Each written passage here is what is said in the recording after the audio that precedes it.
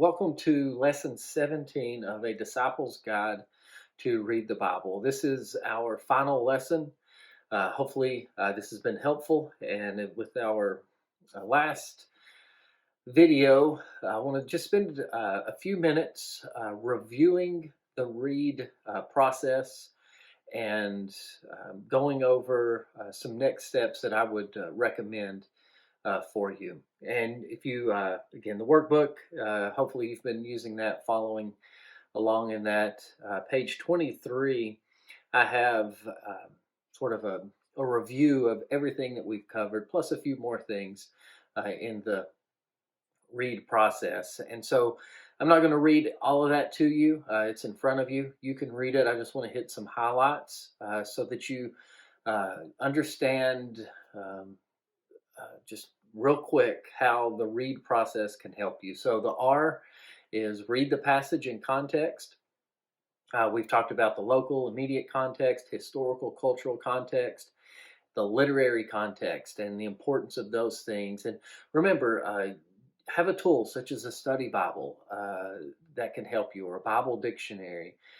Maybe there's a trusted website that you can find, but you feel free to use tools to help you understand some of these different contexts, especially the historical, cultural, because a lot of this is not common knowledge. So use tools that will help you read the passage in context. The E is engage the text by the Spirit. And it's this mindset of look and listen, where we're looking at the text, listening to what the Spirit is saying, listening to what God is saying through the text. And so we're looking for what the text means. We're being attentive to what the Spirit is showing us. And because our goal is to get at least one nugget of truth from the text. We want to find truth that is there. We don't want to make something up. As best we can, we want to find truth in the passage. And remember, you don't have to understand everything to understand something, especially if you're very new to reading the Bible on a regular basis. There's going to be all kinds of things that you're going to read and not fully understand. And so don't let that be a hindrance to keep you from at least understanding and applying what is clear to you in a particular passage. And as you're engaging the text, we've went over different things to look for. Repetitive words and phrases, key conjunctions, main idea. Look for things that stand out. We've talked about these investigation conversations where you're having a conversation with God. Like, okay, what does this mean right here? Why is it worded that way? How does it relate to this? Who is this person? Just these conversations that you're having, looking in the text, listening to what the Holy Spirit is saying as you read the Bible. So those are things to look for. And then depending on the literary context, whether it's a story, narrative, the Gospels, there's some additional things you can look for to help you engage the text, help you understand what's there, help you find at least one nugget of truth that you can apply. The A stands for ask God focusing questions. I put all three of them there. The God, Grace, Gospel questions in the Getting Started series. We just covered the first one. What does this say about God? As you consider look for his attributes, look for his actions. And this, again, will be an important step. This is going to help you to not center yourself or make yourself the hero of the Bible. Hey, the Bible's not about you. It's not about me. It's about God. And so just getting in the habit of looking for God in the Bible and what does this teach us about God? And as you do that, that's going to help you engage the text. It's also going to help you apply the text, which is the D of the read process, discipleship application. That as we learn about God, or as we just engage his truth, that we want to apply that to our lives as disciples. And remember, your goal isn't to simply gain information, although that's going to be part of reading the Bible. You're going to learn new things, but your ultimate goal isn't to gain information.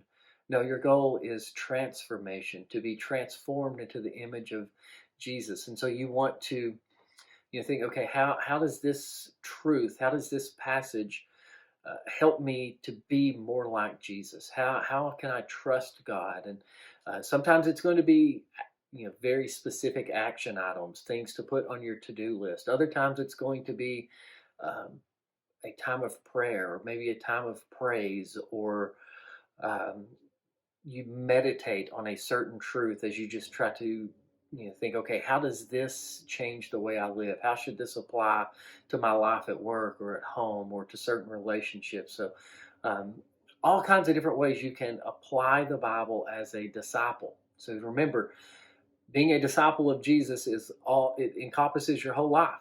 So the Bible, whenever you're applying it, it should encompass your whole life, cover every aspect of your life. So don't just look narrowly and think, okay, how do I put something on my to-do list? No, think, how can I grow as a disciple of Jesus? How can this passage, how can this truth lead to transformation? So that's the read process that we have covered so far.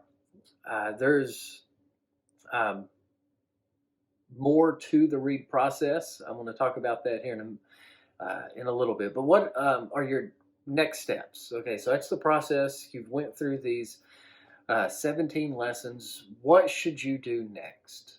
And if you look there on page 24, I've got uh, what I would recommend to do next. And what I would say is, first, find a mentor or a friend to help you, especially if you are new to reading the Bible on a regular basis. You will want someone who's more experienced in reading the Bible to help you uh, apply all these things that I've discussed.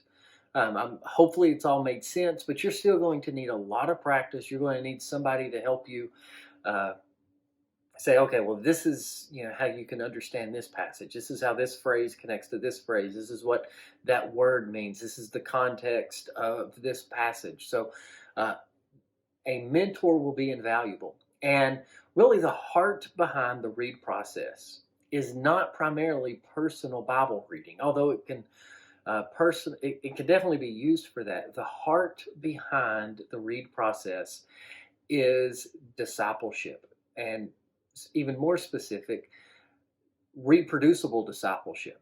So this is a process that if you're maybe a little bit more experienced, you can take this and teach someone else to read, understand, and apply the Bible. Or if you're just starting out, maybe you go to a mentor, talk to your pastor, find somebody who would be willing to sit down, and maybe they're like, well, I don't really know how to help you. Well, you can say, hey, here's these 17 videos. Would you be willing to watch those? And then here's a common method that we can use to study the Bible together. So that's going to be key, is to find a mentor or just a friend. You can sit down and work through this together. It doesn't have to be necessarily a mentor, but somebody you can work through this with, somebody help to hold you accountable. Another thing would be, find a specific book of the Bible to work through. Don't just skip through this passage, this passage, this passage. Find a particular book. I recommend starting with one of the Gospels. In fact, if you look, I've got a outline you could use to go through the Gospel of Mark and how that's broken up in reasonable sized chunks. You don't want it to be so big that you're just overwhelmed with information, but you don't want it to be so small that it's hard to find things that you understand and can apply. So I've tried to break the Gospel of Mark out into sections that you could use to work through that with a mentor, with a friend, so that you can practice the read process. Once you finish a particular book, so let's say you finish Mark, I would say do a different literary genre. So you could go and do one of the letters of Paul. So we did Philippians, we talked about Ephesians some. You could do some of those. You could go do Genesis, where it's going to be historical narrative that you're going to encounter. So mix it up a little bit, and so you get practice on different literary types that are in the Bible and that we've covered. I've mentioned this before. Use helpful tools. I recommend the ESV Study Bible. There's other good study Bibles, other good tools out there, but find a helpful tool that you can have quick access to help you. Uh, and then I would say pray and practice. Pray and practice. Pray and practice. That's the only way you're going to grow in the skill of understanding and applying the Bible. Just like anything else in life, it's going to require practice. But this is also going to require prayer, where you're asking God to help you, asking Him to open the eyes of your heart so that you read and understand and apply and see what is in His Word. So I can't overstate how important that is. And then after 8 to 12 weeks of using the material we've covered, uh, you could go on to the next phase of the read material. So this is the Getting Started series. There's going to be a follow-on to this where I cover a few more aspects of using the read process. And so, again, I want you to just get started, get used to using the process, and then at some point, if this is helpful for you, then there will be even more information that you could go through to help you grow your skills in reading, understanding, and applying the Bible.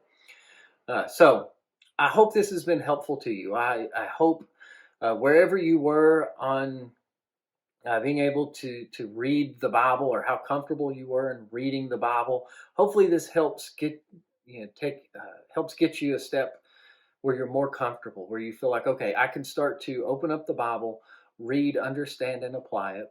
And then hopefully, if you're someone who's interested in discipling people, then you're able to say, hey, I'm more comfortable not just reading the Bible, but being able to teach others to do the same thing.